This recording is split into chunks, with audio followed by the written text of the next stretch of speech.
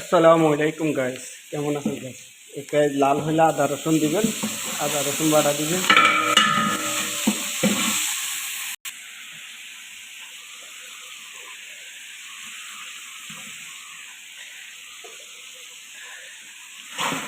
এরকম ছাগলের মাংসটা সুন্দর করে বসে দিবেন। এগুলো আস্তে আস্তে রাখবেন আপনারা ছাগলটা। এটা সাদা মুখগুজ হবে, মানে কোনো কালার হবে না, সাদে থাকবে। এইখানে রোদ দেওয়া হয়েছে, রোদ দেওয়ার কারণ হচ্ছে আপনার খানাটা সুস্বাদু হওয়ার জন্য।